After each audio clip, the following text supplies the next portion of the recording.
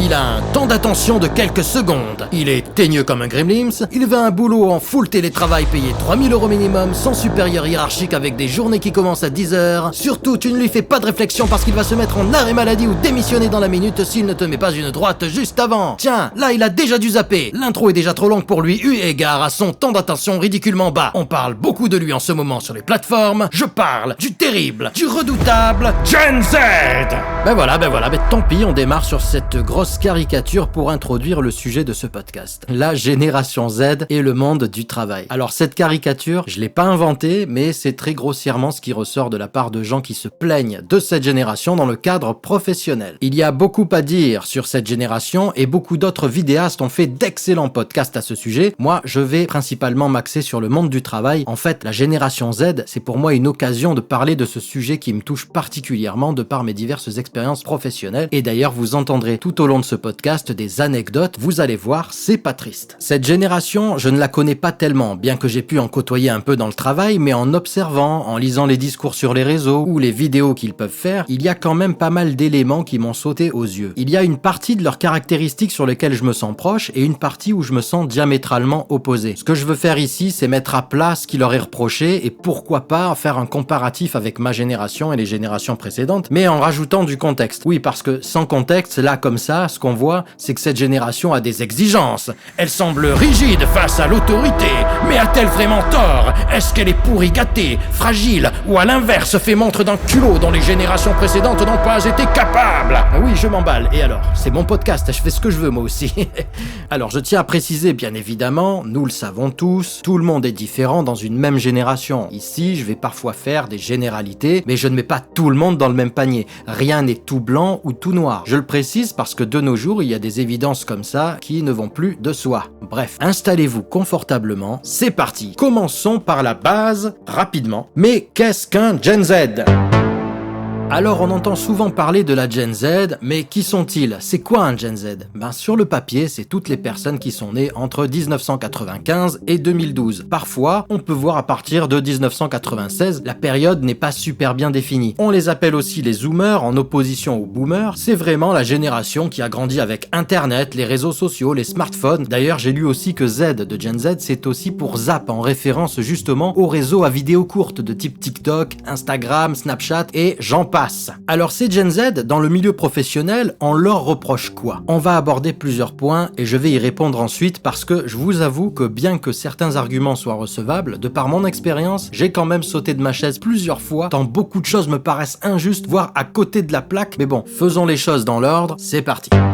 Dans un article du site Économique Capital qui date du 1er octobre 2024, on apprend que selon une récente étude menée auprès de 966 entreprises, les 3/4 disent que beaucoup de diplômés de la Gen Z ne sont pas satisfaits de leur emploi et se font rapidement licencier. Alors pourquoi? L'article parle de plusieurs facteurs, on va les lister. Manque de motivation ou d'initiative, c'est dans la moitié des cas. Problème de communication, manque de professionnalisme ou incapacité à résoudre des problèmes. Et au final, 6 entreprises sur 10 déclarent avoir licencié un jeune diplômé. Qui est énorme. L'article évoque des retards qu'on peut ranger dans la catégorie du manque de motivation, mais aussi du manque de professionnalisme. Les retards aux réunions, retards dans les tâches à effectuer, dépassement des deadlines. Et une bonne partie des directeurs de recrutement estiment que la Gen Z devrait suivre une formation sur l'éthique professionnelle. Carrément, on va reparler de l'éthique plus tard. Dans un autre article de Capital du 28 décembre 2024, on apprend via un sondage d'intelligent.com, auquel ont participé 1000 chefs d'entreprise américains, que la Gen Z privilégie le bien-être à l'attractivité salariale. Les supérieurs hiérarchiques ont du mal à comprendre tout cela et ça amène à des tensions. 18% des chefs interrogés ont envisagé de quitter leur poste en raison du stress causé par la collaboration avec la Gen Z. 16% auraient été en burn-out et 26% ont carrément dû solliciter une aide externe pour gérer ces situations de conflit. On apprend aussi que des tensions existent entre salariés de différentes générations, ce qui est logique. Bon, ce sondage-là, il se passe aux États-Unis, mais honnêtement, de ce que j'ai pu voir sur Twitter, Instagram et même dans des situations que j'ai pu vivre, j'ai la profonde conviction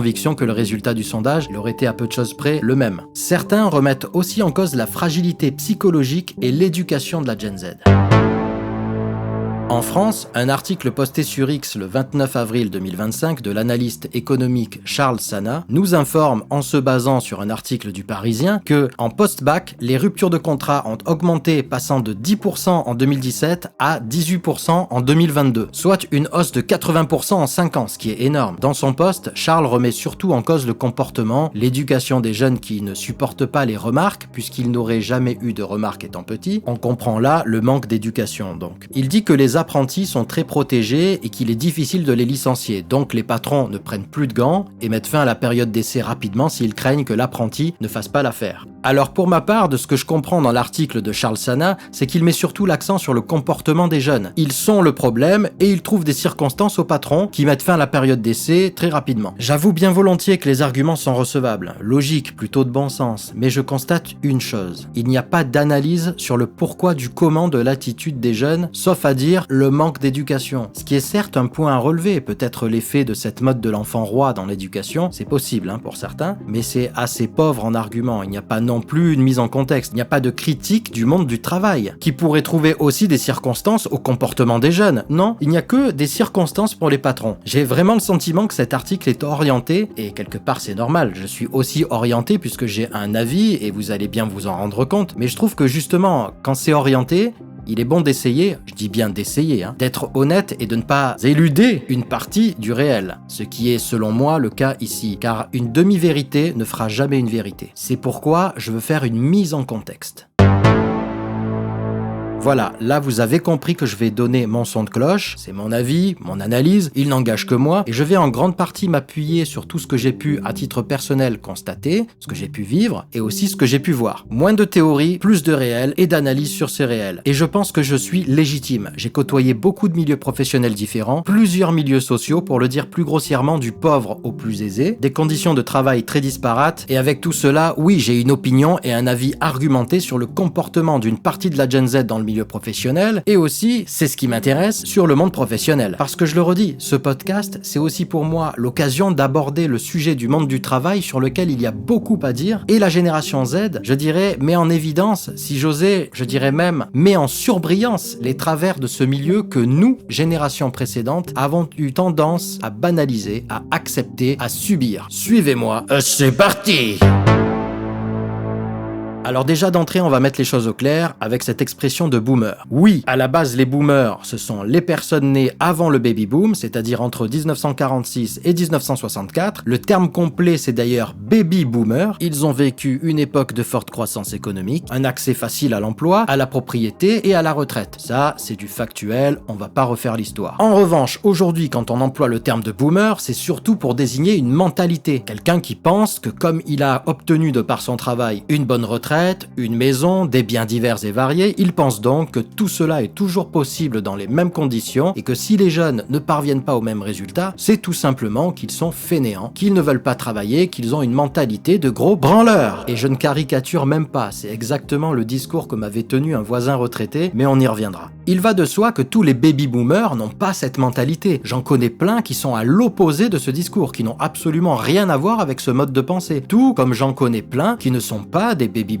et qui ont une mentalité dite de boomer. Donc, quand je parle de boomer, je ne vise pas tous les baby-boomers, je vise surtout une mentalité. Je pense que c'est important de le préciser, car il n'y a rien de plus injuste que de mettre tout le monde dans le même panier en faisant un amalgame grossier, et c'est pareil pour la Gen Z, j'en profite aussi pour le dire. J'ai fait circuler un petit sondage sur la génération X, Y et Z et leur rapport au travail. D'ailleurs, je remercie chaleureusement tous les participants, vous n'avez pas été nombreux, j'aurais aimé plus de retours, mais ce qui ressort de ce sondage, sans surprise pour moi, c'est que certains de la génération Y ont des points communs avec la Gen Z et vice versa. Donc Gen Z au final c'est aussi une mentalité plus qu'une génération à proprement parler. Bien qu'il y ait des tendances de mentalité dues à l'époque à laquelle appartiennent chaque génération, parce que chaque époque a ses spécificités. Donc ceci étant dit, je vous montre un premier extrait, c'est un Gen Z qui se confie sur un entretien d'embauche qu'il a passé. Est-ce que vous savez qu'en début de semaine, j'ai eu un entretien d'embauche dans une boulangerie très connue en France, une boulangerie industrielle, et que malheureusement pour eux, moi je suis un enfant de la Gen Z.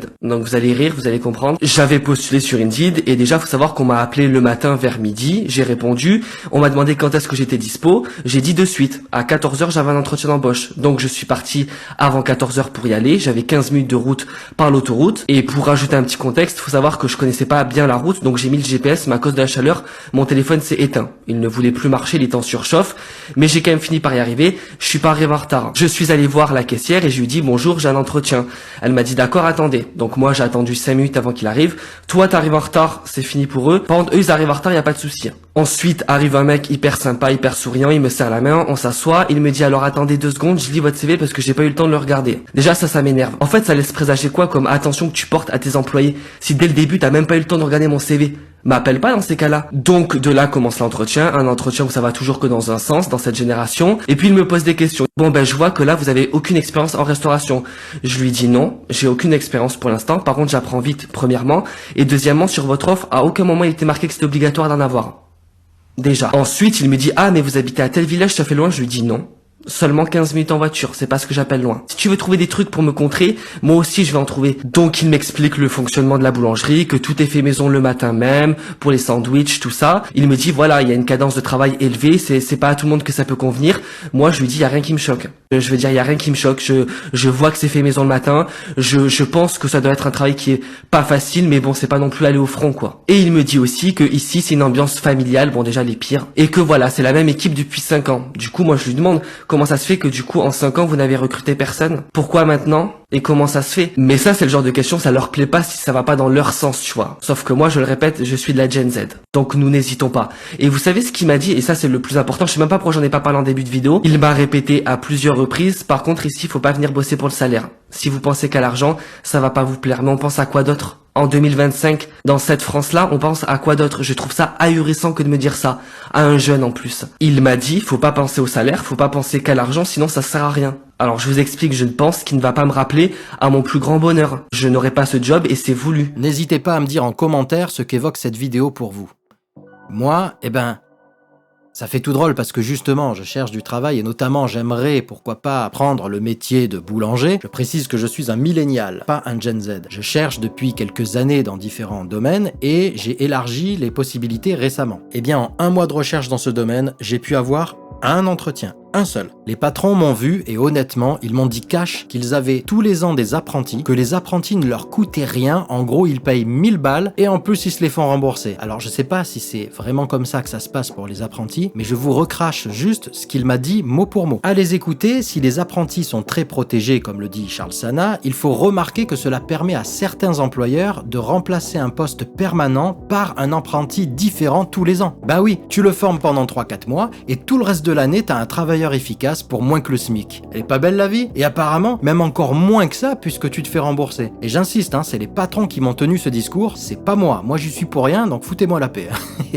Autant vous dire que même avec une aide de France Travail qui les indemnise s'ils me prennent, ils seront toujours moins rentables qu'en prenant tous les ans un nouvel apprenti. Je vais pas vous mentir, j'ai bien senti la mentalité de crevard. Je vous le dis grossièrement, mais c'est vraiment ça. Bien évidemment, ils ne me rappelleront pas. Et encore, j'oubliais de dire que j'ai pu avoir ce contact parce que je connais quelqu'un qui les connaît et qui m'a branché avec eux. Parce que pour tous les autres à qui j'ai balancé des CV et où je me suis déplacé, personne ne m'a rappelé. Aucun signe de vie, rien, pas de retour. Et ça, cette mentalité, ce mépris, possiblement involontaire, mais quand même, il est très fréquent dans le monde du travail. Je l'ai vu et vécu tellement de fois que honnêtement, je ne le relève plus. Je le relève ici, là, pour le podcast, mais au quotidien, j'en tiens même plus rigueur, parce qu'en fait, c'est la norme. Dans cet extrait, ce Gen Z, moi, je trouve que humainement, il a raison. Il se laisse pas faire. Quelque part, il se respecte. Et c'est ça qui choque les gens de ma génération et les précédentes. Et à ce propos, je vais à présent vous montrer un extrait qui a fait écho en moi et qui m'a rappelé une anecdote. Il s'agit d'une interview d'un groupe de retraités qui disent ce qu'ils pensent des jeunes d'aujourd'hui. Est-ce que vous avez l'impression d'appartenir à ce qu'on appelle la génération dorée? Non, absolument pas.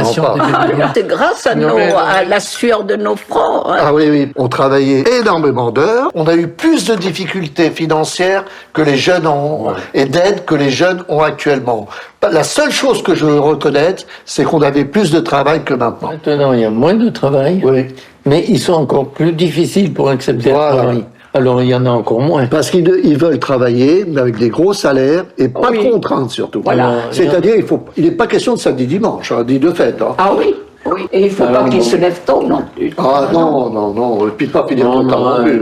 Voilà, alors dites-moi dans l'espace commentaire ce que ça évoque chez vous. Et d'ailleurs, je vais faire une parenthèse. N'hésitez pas à soutenir la chaîne, à mettre un pouce, à vous abonner, à mettre la cloche. J'aimerais bien atteindre au moins les 1000 abonnés, mais c'est très compliqué entre mon irrégularité et l'algorithme de YouTube. C'est souvent décourageant et j'ai besoin de soutien car difficile de trouver la motivation quand les résultats sont aussi peu concluants. Par exemple, l'entretien avec Sébastien Recchia, un travail monstre à écrire, à monter. Je ne vous raconte même pas la galère. Super fier du résultat et du contenu sur Sébastien que vous ne verrez nulle part ailleurs car c'est la seule émission à ce jour où vous le verrez sous cet angle. Mais non, très peu de vues, très peu de partages, très peu de tout en comparaison avec le travail et le cœur mis à l'ouvrage. C'est franchement décourageant, je vais pas vous le cacher. Tout ça pour dire, soutenez la chaîne si vous estimez qu'elle le mérite. J'essaie de faire du contenu intéressant, d'aborder des sujets divers, du podcast en passant par l'humour et même du jeu vidéo que je vais proposer très bientôt. D'ailleurs, allez voir en urgence l'onglet post pour répondre au sondage. J'aimerais streamer du jeu vidéo, notamment un que peu de gens connaissent et qui amène à pas mal de réflexions sur le transhumanisme et l'IA, et j'hésite entre la plateforme YouTube et Twitch. Bref, allez voir le post et répondez au sondage, je vous en serai gré. Clairement, j'ai besoin de soutien. D'ici la fin de l'année, si rien ne change, à mon avis, l'aventure devrait s'arrêter. Il était important que vous en soyez informés. Bien, retournons à nos moutons. Vous trouvez peut-être que cet extrait montre une attitude exagérée, non représentative. Eh bien, je ne suis pas de cet avis parce que c'est un discours que j'entends souvent, et voici une anecdote parmi un tas d'anecdotes semblables qui est très parlant. J'avais un voisin retraité. En discutant avec lui, à un moment, on en vient au sujet de l'emploi et des jeunes. Et là, il me dit sans l'ombre d'un doute: Ah, si elle travaille bien, on peut acheter une maison, avoir sa retraite sans problème. Ceux qui n'y arrivent pas, comme les jeunes d'aujourd'hui, mais c'est des feignants. J'étais scié. J'étais scié parce que le bonhomme prenait son cas pour une vérité, sans prendre en compte l'époque, le contexte social et géographique des gens. Pour lui, ça a marché, donc si t'y arrives pas, c'est que t'es un branlot. La retraite, personnellement, vers mes 15 ans, par une simple réflexion mathématique de base, j'ai compris que je n'en verrai jamais ne serait-ce que l'ombre. La durée de cotisation est continuellement rallongée. L'espérance de vie en bonne santé est continuellement en baisse. Les pensions sont continuellement plus basses. Pas compliqué de comprendre que si pension il y a, elle sera insuffisante pour vivre et qu'on a de fortes chances d'être mort avant ou en soins permanents pour des problèmes de santé. Donc l'idée même de profiter de notre retraite, c'est devenu une blague carambar. Mais pour mon voisin, c'est bien une réalité qu'il vit au quotidien, parce que l'époque était différente et sa vie était différente qui l'a amené à aujourd'hui jouir d'une pension rondelette tout en ayant payé sa maison. Tiens, une anecdote dans l'anecdote, vas-y je me permets. Quand j'avais 17 ans, début des années 2000, un jour que je me promène en ville, je vois une dame âgée par terre, avec une autre dame qui essaie de la relever sans succès. Je vais vers elle, je relève la dame et je lui demande comment elle va. Elle me dit gentiment qu'elle va bien, mais je sens que dès que je la relâche, elle prend la tangente direction le sol. Donc, je la raccompagne chez elle en la tenant bien, et en marchant, moi qui étais jeune et tout naïf, je lui demande, tout étonné: mais vous n'avez personne, pas d'aide pour le quotidien? Elle me répond qu'elle a une pension trop petite pour pouvoir payer une infirmière, et en même temps, pour l'État, elle est trop riche pour avoir droit à quelconque aide. Trop riche? Elle en avait pas l'air. Si elle n'avait pas les moyens pour une aide à domicile, elle est pas riche, ça c'est clair. Elle avait peut-être été mariée et avait élevé des enfants, donc moins cotisé, ou avait travaillé mais avec un salaire très bas, ou à mi-temps pour avoir une petite pension, je sais pas. Mais c'est là, et je vais devoir me biper, mais c'est là que j'ai compris que je vivais dans un véritable monde de fils de p***. Donc, pour en revenir à mon cher voisin retraité, c'est ça un boomer. Quelqu'un de déconnecté de la réalité, ne prenant en compte que son vécu à lui, qui est souvent très linéaire d'ailleurs, ayant une vision très restreinte et n'ayant que du mépris pour ceux qui ne marchent pas dans ses pas. Parce que la petite vieille là, elle était de son époque. Et pourtant, elle avait une petite retraite. Pour les générations précédentes, beaucoup d'entre nous, on a fait profil bas, on a fait preuve de patience, même s'il y avait du manque de respect, du mépris, etc. Parce qu'on attendait de monter en grade, de monter les échelons pour ensuite être respecté. C'est ça qu'on a appris. Souffre d'abord, c'est normal, ensuite ça paiera. C'est un discours courant chez les générations précédentes. On est passé par là, c'est normal. C'est quoi ces jeunes qui se croient au-dessus de nous là? Ils sont pas supérieurs à nous, il faut qu'ils acceptent ce que nous-mêmes on a accepté. Je fais bien l'accent du Sud, hein. En même temps je suis du Sud, donc... En fait, c'est pas qu'ils se sentent forcément supérieurs, c'est juste qu'ils ont des exigences. Ils réclament le respect qui leur est dû. Non pas parce qu'ils sont la Gen Z, mais parce que cela leur semble juste. Est-ce qu'ils sont à côté de la plaque et hors sol? Honnêtement, peut-être. Parce que trouver un travail aujourd'hui, c'est vraiment compliqué et effectivement, si on ne fait pas quelques concessions, ne serait-ce que temporairement, cela me semble très dur d'obtenir un poste. Moi-même, je suis en recherche dans divers domaines, sans prétention aucune, hein, et pourtant, je n'ai droit qu'à de l'indifférence dans la plupart des cas. À croire que parfois, je suis un fantôme. Le constat est clair. S'il est difficile difficile pour les employeurs de trouver quelqu'un de sérieux, et ça aussi, j'en suis témoin, je ne le nie pas, hein. Je suis désolé de le dire, mais c'est un fait, et j'en suis la preuve vivante. Quand ils ont quelqu'un de sérieux, de motivé, voire d'expérimenté dans certains domaines, trop d'employeurs crachent dessus. Soit parce qu'ils cherchent le mouton à 5 pattes, soit parce qu'ils cherchent de la main-d'œuvre quasiment gratuite. Donc il y a un problème aussi du côté des employeurs, et je vais devoir leur tailler un costard aussi parce que j'ai pas mal d'anecdotes, du réel, pas de la théorie, pas de la fiction, juste du réel, de mon expérience en tant que salarié. Donc je dirais que le Gen Z ici, il a raison moralement, mais il a tort stratégiquement. Et encore, stratégiquement faut voir, parce que si au final il trouve son bonheur, alors il aura eu raison sur toute la ligne, et je lui souhaite très sincèrement. Pour ce qui est des entretiens d'embauche et du manque de considération, de respect, voire même du mépris, je peux en parler, cela n'a pas changé en 20 ans. Alors voici quelques anecdotes pour mettre du contexte, parce que tout le monde, y compris les jeunes générations, sont confrontés à ce que je vais vous décrire.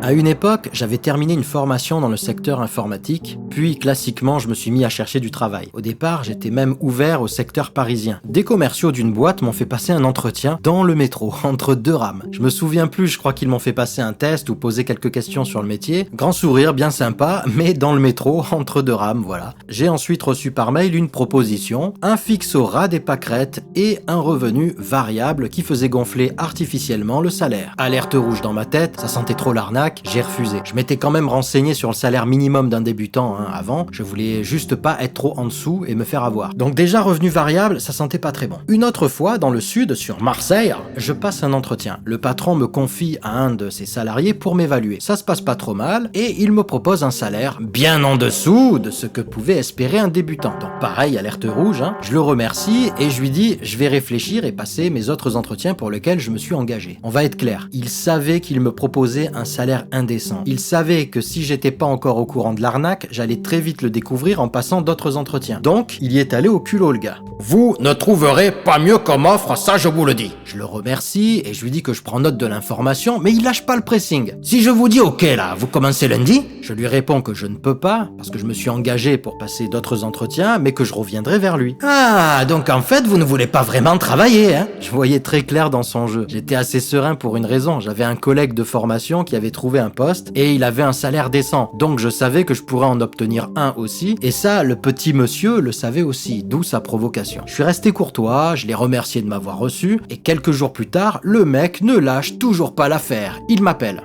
Bonjour, alors, vous avez passé vos entretiens, ça s'est bien passé? Oui, merci, écoutez, ça s'est bien passé. Donc c'est pas la peine que je vous fasse une proposition, hein? Voilà, c'est ça, c'est pas la peine, effectivement. Je suis toujours resté respectueux, je l'ai remercié une nouvelle fois de m'avoir reçu en entretien, mais je savais que je venais d'éviter de nouveau un piège, et je me suis rendu à l'évidence, le marché du travail, c'est de la prédation. Les gros poissons s'attaquent aux jeunes inexpérimentés, ils aiment les proies faciles. C'est la loi de l'offre et de la demande. Autre anecdote de recrutement, l'informatique, c'était un secteur porteur, à tel point que j'étais démarché quasiment tous les jours, plusieurs fois par jour. À cette époque, je cherchais à changer de poste, non pas parce que le taf en lui-même ne me convenait pas, mais parce qu'avec les années d'expérience s'empilant et le salaire qui n'évoluait pas beaucoup, j'étais sous-payé. Et il y a une règle très bête que j'ai apprise de la part de la RH de l'époque, pour avoir un salaire à niveau, j'étais obligé de démissionner. Règle très conne, ou comment perdre un bon élément qui n'a pas spécialement envie de partir en ne mettant pas son salaire à niveau. Donc je passais des entretiens quand je le pouvais. Et un jour, ou plutôt un soir après le travail, je suis allé passer toute une batterie de tests chez un potentiel employeur. Donc imaginez, c'est le soir, je suis fatigué, pas que ça à faire, je dois me déplacer, je prends le temps, le test et l'entretien se passent bien, on me dit très bien, on va vous faire un retour rapide. Et bien là, je pense que vous devinez la suite. Ça fait quoi, 8 ans, 9 ans? J'attends toujours en fait. Donc malgré les relances, les appels où il faisait les morts, j'ai plus jamais eu de nouvelles. Et pourtant, le test avait été réussi. Mais en fait, même si le test n'avait pas été réussi, même si l'entretien n'avait pas été concluant, il est où le respect? Il est où le sérieux en fait? Nulle part. Autre anecdote très parlante sur les entretiens, un jour j'ai été démarché par une boîte qui m'a reçu en entretien, très bon échange, ils me vendent un environnement de travail intéressant, respectueux, cool, et ils me disent on va vous faire passer un test de 45 minutes chronométré. Chronométré, je le sentais pas. Je rate souvent les tests chronométrés, ça ne me réussit pas. Je suis contre ce genre de test en fait, parce que dans mon travail j'ai déjà résolu des problèmes rapidement avec des deadlines sous le stress, et je m'en suis toujours bien sorti. Donc ces tests n'ont jamais été réalistes et ne le seront jamais, mais c'est comme ça, la doxa, elle aime ce genre de test de merde. Bref, à ce moment-là, ma femme enceinte était hospitalisée pour grossesse à risque. À tout moment, il pouvait y avoir un drame. Autant vous dire que j'avais la tête ailleurs, j'étais vraiment mal. Bien sûr, le test est foiré, complètement foiré. C'est-à-dire, si je l'aurais sûrement raté, dans tous les cas, là, je pense que j'ai dû performer en négatif. Je n'ai plus eu de nouvelles. J'ai pris le temps pour les entretiens, je leur ai donné du temps pour leur test à la con. Et même pas un coup de fil, même pas un mail. Pareil, j'ai relancé, aucune nouvelle. Jusqu'à ce qu'un jour, j'ai un appel d'un commercial de cette boîte qui me propose un entretien pour un poste. Je lui ai demandé si c'était une blague. Sur le moment, le gars, il a pas compris, il était pas au courant. Alors je lui explique à ce moment-là que j'ai jamais eu de retour, que c'était pas très correct, pas très respectueux. Et il m'a dit qu'il comprenait. Et puis je crois que j'ai plus eu de nouvelles ensuite. Et de toute façon, j'évite cette boîte attentivement, comme on évite de marcher sur une déjection canine dans la rue. Enfin, dernière anecdote sur le recrutement avant d'aborder les conditions de travail, où là aussi j'ai pas mal de choses à dire. Faut savoir que le manque de respect et de considération dans un entretien d'embauche n'est pas uniquement dans le fait de ne pas vous rappeler et d'essayer de vous arnaquer en tirant votre salaire vers le fond de la cuve. Oh non mon ami! Un jour que je passais un entretien qui était concluant dans le sud de la France, le patron a voulu m'envoyer me faire évaluer par son équipe de Paris, à mes frais. Imaginez, je suis au chômage, presque en fin de droit, et le mec veut me faire passer en revue par son équipe de Paris pour avoir leur avis, donc à son initiative, mais à mes frais. J'ai négocié de partager les frais, ce qui ne fut pas super apprécié en plus, mais en vrai je regrette. Ah oui, je regrette, parce que j'aurais dû imposer la prise en charge complète. Parce que ce qui s'est passé, c'est quoi? C'est que j'ai fait un tour sur Paris, tout ça pour me faire prendre de haut par une équipe qui n'a pas apprécié que je sois souriant. Oui, vous avez bien entendu. J'aurais dû baisser les yeux et me mettre à genoux. Donc, retour négatif, bilan, j'ai perdu du temps et de l'argent pour me faire traiter comme de la merde. Alors au vu de tout ce que j'ai pu constater dans le monde professionnel, je peux vous dire que quand je vois des Gen Z se défendre farouchement et ne pas se laisser marcher sur les pieds, j'applaudis des deux mains. Donc je veux dire, quand on parle des Gen Z qui ont trop d'exigences, qui ne sont pas respectueux, ok, il y a parmi les Gen Z des gens qui ne sont pas respectueux, il faut le dire. Comme je l'ai dit, une demi-vérité n'en fera jamais une vérité, donc oui, il y a une partie de la Gen Z qui est hors sol, et je vais aborder cela dans la dernière partie de ce podcast, qui est un peu long certes, mais j'essaie d'être complet sur le sujet du travail. Je dis bien j'essaie, et je compte sur vous pour me contredire, témoigner, aborder peut-être les choses que j'aurais omis dans les commentaires. N'hésitez pas, faites-vous plaisir, ça c'est gratuit. Donc ok pour dire que la Gen Z a des travers, mais prendre note que du côté employeur, un certain nombre d'entre eux, pour ne pas dire une majorité, ne sont pas corrects et traitent les salariés comme du bétail dès l'entretien d'embauche, et cela toute génération confondue. Et j'ai pas fini. Maintenant parlons des conditions de travail, et là je pense que c'est le sujet le plus important que je voulais aborder dans ce podcast.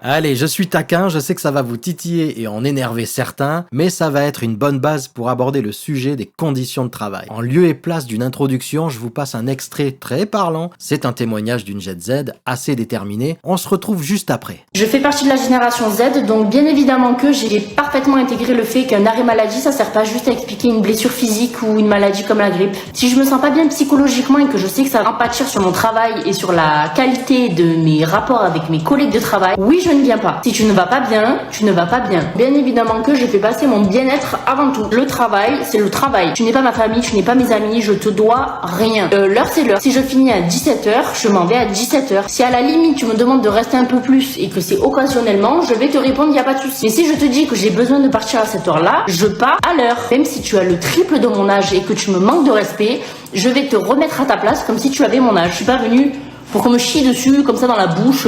Je suis payée pour faire mon poste et pas pour faire le poste de plusieurs. Si tu me demandes de faire quelque chose et que je ne suis pas payée pour ça, je ne le fais pas. Tu ne peux rien me dire. Tu ne peux rien me dire. Point barre.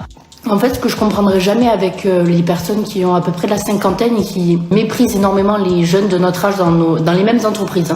On est payé de la même façon. C'est qu'en fait, vous acceptez pas le fait que vous vous êtes fait chier dessus toute votre vie dans cette entreprise ou dans une autre et que vous avez jamais rien dit parce que vous aviez peur de vos patrons, alors que du travail, il y en a de partout. Putain, mais vous vous levez pas pour vous faire chier dessus par quelqu'un. Lâchez l'affaire, arrêtez d'être jaloux des petites de 20 ans qui arrivent dans l'entreprise parce que vous avez 45 ans, vous êtes mal baisé et vous êtes dans votre travail que vous aimez pas. Franchement, il y en a marre. Vous me foutez trop la haine. Ça va? Bien énervé?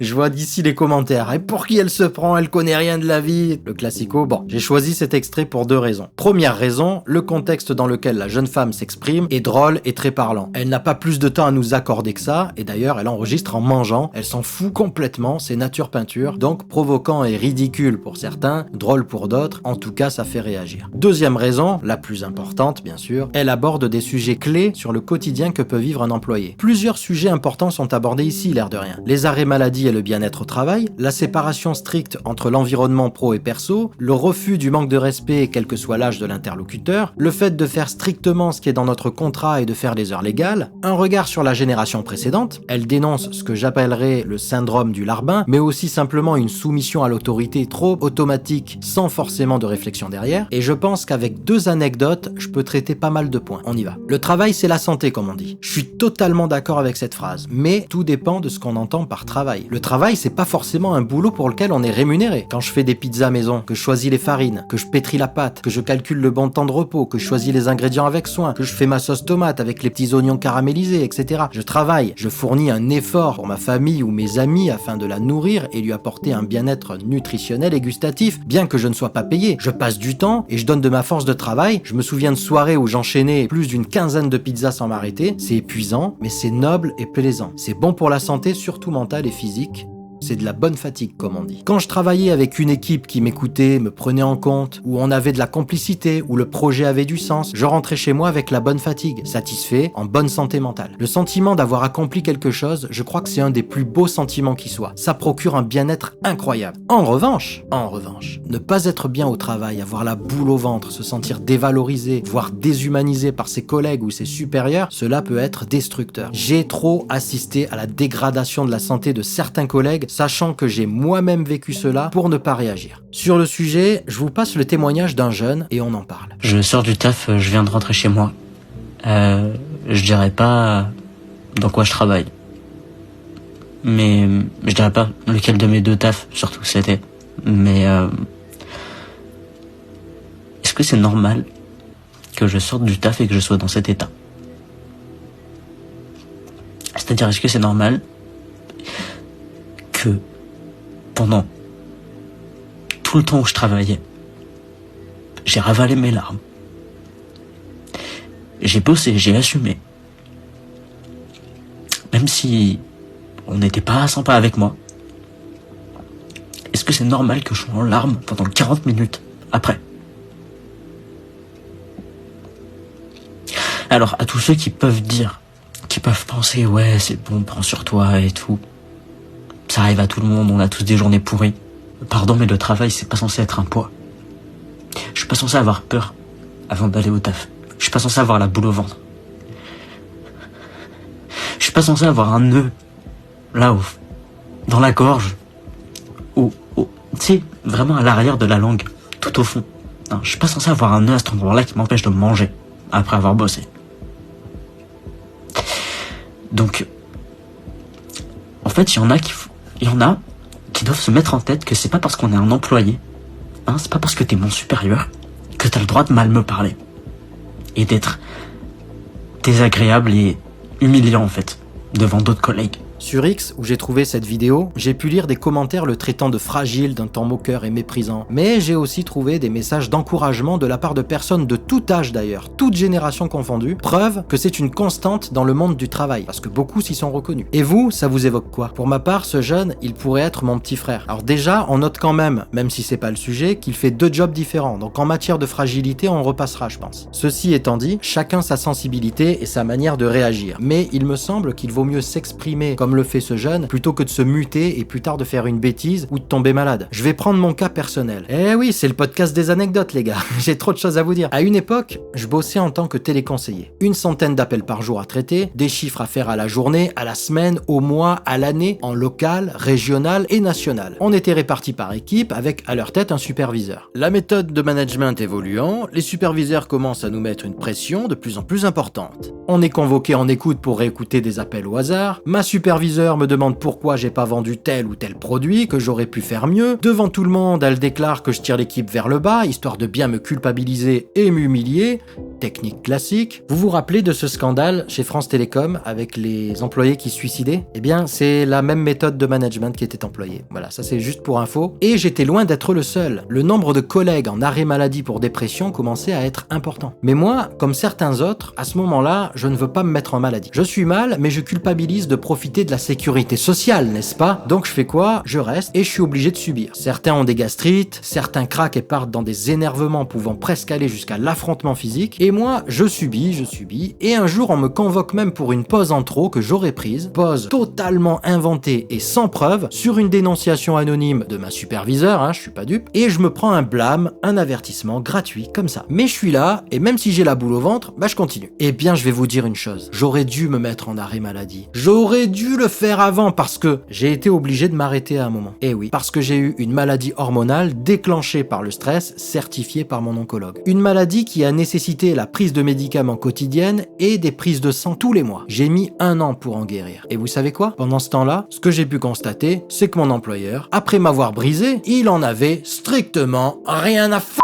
Et au bout du compte, le coût pour la sécu a été plus lourd que si je m'étais arrêté avant. Ça, c'est du concret, du vécu. J'étais jeune et j'ai compris la leçon. On ne m'y a plus repris d'ailleurs. L'employeur, qu'il soit gentil ou méchant, sauf exception, il ne sera pas là pour vous quand vous tomberez. Faut pas perdre de vue ça. Si vous tombez, il vous remplacera, point barre. J'aurai encore plein d'anecdotes sur le sujet, mais c'est déjà très long, donc je vais me contenter d'une des histoires les plus fortes que j'ai pu vivre sur cet aspect hyper important qu'est la santé. Un jour que j'étais dans une boîte informatique, je travaillais en collaboration avec la partie support. Les mecs du support avaient des appels de clients, classiques, mais ils avaient aussi à faire des installations sur site, à l'étranger, dans divers pays, dont l'Afrique du Sud par exemple. Donc voyage long, pénible, parfois risqué et sans voir leur famille pendant des semaines. J'avais un collègue, que nous appellerons Franck, qui était très sympa, un employé modèle. 15 ans de boîte, 0 jour d'arrêt maladie, jamais de vague. Je précise qu'à ce moment-là, moi j'avais quelques mois dans la boîte. Mais fort de mes expériences passées, j'avais très vite capté que l'environnement était hostile, néfaste. Un jour, j'arrive au travail et je ne vois pas Franck. Tiens, il est absent. Je vaque à mes occupations, qui consistaient à rechercher un autre emploi et faire des courriers recommandés au PDG pour exiger qu'il respecte la loi sur le versement des salaires, notamment. Bah oui, je vous l'ai dit, je me fais plus avoir, donc je me laisse plus faire. Bon, bref, 3 semaines passent et un matin, je vois Franck. Content de le voir, je passe le saluer et je lui demande comment il va. Il me répond avec un sourire que je n'avais jamais vu chez lui. Un sourire de soulagement. Et il me répond, très bien, je viens de poser ma démission. En fait, Franck avait eu un problème cardiaque très sérieux et il se trouve que c'était dû à la cadence de travail et le stress qu'il subissait de l'employeur. Il a eu le déclic quand sa petite fille lui a demandé si elle le verrait un peu plus. Trop, c'était trop pour lui. Il avait décidé de ne plus subir sa vie et de se détruire la santé pour un employeur qui n'en a strictement rien à faire. Encore une fois, je pense que c'est important de bien comprendre cette réalité. C'est pas un jugement moral, c'est juste un fait. Il faut l'accepter et l'intégrer en conséquence. Ce jour-là, Franck m'a dit une phrase qui m'a marqué. Il m'a dit, tu vois, toi tu as mis quelques mois pour comprendre, moi il m'a fallu 15 ans et un problème cardiaque. La vérité, c'est que j'avais mis plus de temps que ça et j'avais eu moi aussi des soucis. Il faut souvent en subir les conséquences pour se rendre véritablement compte qu'il faut changer de point de vue. Pour ce qui est des horaires, il y a souvent dans notre pays, et cela depuis au plus loin que je me souvienne, cette idée que si on fait juste nos heures, on passe pour un feignant. Alors d'un côté je peux comprendre, mais en fait il s'agit encore une fois de contextualiser. Quand t'es payé au SMIC dans un job purement alimentaire, rien que le fait d'y travailler c'est un cadeau à l'employeur. J'ai connu des boulots très fatigants, très physiques avec des horaires en partie de nuit, je vous garantis que je ne faisais pas d'heures supplémentaires. En revanche, quand j'étais en mission sur un projet informatique d'envergure, auprès d'une équipe constituée de gens qui m'estimaient et que j'estimais avec un respect mutuel, eh bien automatiquement je me sentais impliqué et il m'arrivait parfois de rester plus longtemps au bureau, voire même de travailler chez moi pour faire avancer le projet et cela gratuitement. Mais faut bien comprendre une chose, ça c'est du bonus, du surplus. Si le salarié travaille bien pendant ses heures, s'il est à ce qu'il fait, il faut être incohérent pour lui reprocher de partir à l'heure. Incohérent. Ou avoir le syndrome du larbin. Je vous raconte pas le nombre de fois que je voyais ça, des fois tu finis plus tôt ce que t'as à faire et t'es gêné de partir à l'heure quoi. C'est un peu ou alors t'attends.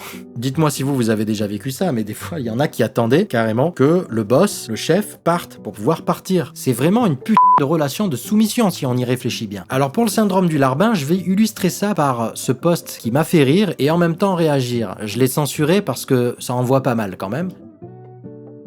Voilà, alors on voit bien ici le poste d'origine qui reproche aux jeunes stagiaires de ne faire aucun effort parce qu'ils ne se sociabilisent pas et part à l'heure. Pour la personne, partir à l'heure, ça signifie être un gros feignant qui ne veut rien apprendre. Il sous-entend donc, sans s'en rendre compte, que pendant les heures de travail, les stagiaires n'apprennent rien, ce qui est assez étonnant, sauf s'ils leur font faire des cafés et des photocopies toute la journée. Mais à ce moment-là, pourquoi ce serait différent après les heures de bureau? Incohérence du larbin. En plus, il ignore totalement le code du travail puisque les stagiaires ne doivent pas faire d'heures supplémentaires, surtout qu'en général, ils ne sont même pas payés quand le stage est inférieur à 2 mois. Je vais pas vous mentir, la réponse à ce poste m'a régalé. Et c'est des mots que j'ai moi-même employés dans ma jeunesse pour désigner les larbins, et que j'emploierai encore, je pense. La Gen Z est composée de plus de personnes qui ont cette mentalité de ne plus se laisser marcher sur les pieds. Et dans le dernier point qui arrive, je vais expliquer pourquoi, selon moi, on a ce phénomène. Mais avant, il faut parler de ça. Il faut parler des larbins, des des lèche-bottes, parce que quelle que soit la boîte où j'ai travaillé, quelle que soit sa taille ou son activité, je suis toujours tombé sur les mêmes profils. Tellement que parfois je me demande effectivement si on n'est pas dans une simulation avec des PNJ au profil type. Un peu comme dans les jeux vidéo, je sais pas si pour ceux qui connaissent Skyrim, ou les jeux un peu comme ça d'Heroic Fantasy, tu sais, t'as l'orc, l'humain, l'elfe, le mage.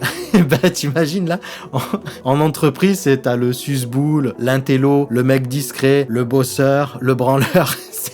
Il faudrait faire un jeu comme ça serait énorme. Non mais là je m'égare. Donc les larbins, bah eux ils sont toujours fidèles, ils sont toujours là, fidèles au poste. J'en ai trouvé à chaque fois dans chaque boîte dans laquelle j'étais, et j'ai trouvé une vidéo là que j'ai écourtée au maximum, mais qui explique bien ce qu'est le syndrome du larbin. Je vous la passe et on se retrouve juste après. Si tu fais ça, t'as sûrement le syndrome du larbin.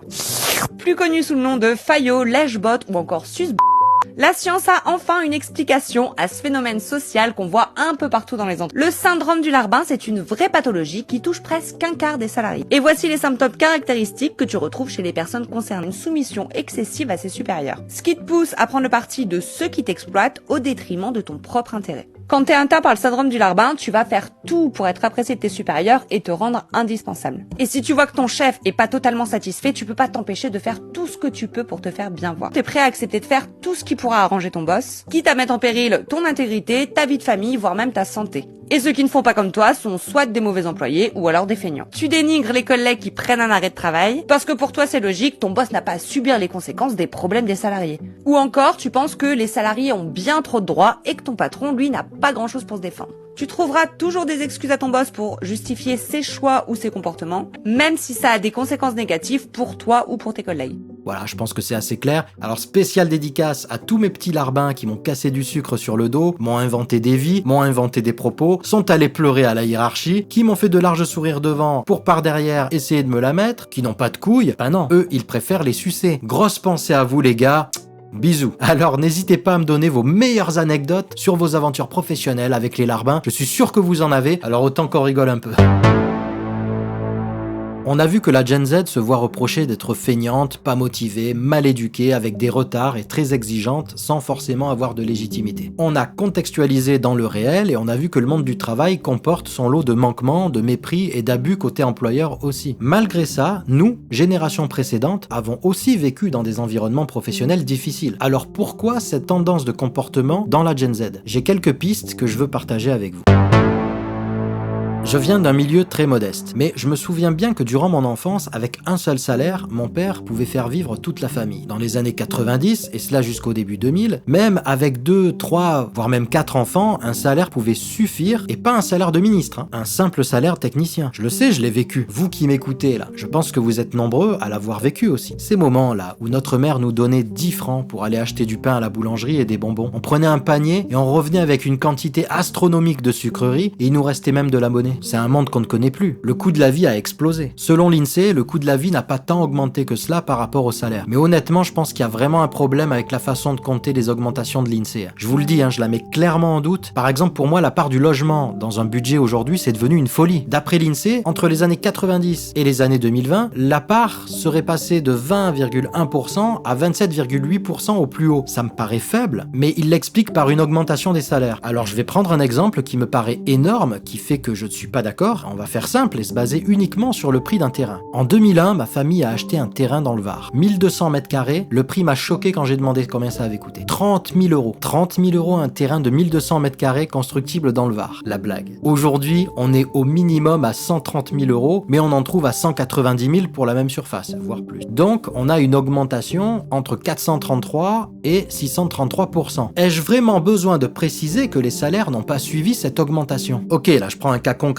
dans un domaine précis, mais je trouve ça fou. Et si on rajoute le coût de construction d'une maison d'une surface au sol de 110 mètres carrés pour 50 000 euros, en 2001, on a donc une belle maison avec un terrain de 1200 mètres carrés pour 80 000 euros dans le Var, une région prisée. On avait eu droit au 1% patronal, 10 000 euros, un prêt à taux zéro, à peu près 12 000 euros, et le reste sur 3% d'intérêt. Et je me suis amusé à chercher une maison équivalente dans le même coin, et ça tourne autour des 300 000 à 400 000 euros. On est dans un autre monde. Certains d'entre vous allaient me dire que je me focalise sur l'achat, mais qu'avec la location, les chiffres de l'INSEE sont proches. Honnêtement, j'en suis pas sûr. Ce qui est sûr, c'est qu'aujourd'hui, il est très compliqué d'accéder à la propriété, les conditions d'accès au crédit sont plus rudes, et quand on y a accès, on s'endette pour longtemps à des mensualités monstrueuses avec du foncier très fort. Et c'est la même chose pour tout le reste. Les remboursements de sécu, le coût de la mutuelle, les impôts toujours aussi variés et toujours plus élevés. Est-ce que j'ai besoin de préciser que les services sont de moins en moins bons? Pas besoin, je pense, hein, on est tous d'accord là-dessus. Donc un Gen Z aujourd'hui, il sait qu'il aura beaucoup de mal à avoir son propre toit, et s'il y parvient, il sait que cela va financièrement plomber son quotidien, de telle sorte qu'il devra subir une perte importante de son confort de vie, déjà plombé par un pouvoir d'achat au ras des pâquerettes. Ah oui, pour revenir sur la location, un jeune qui fait des études sur Paris, qui a besoin de se loger,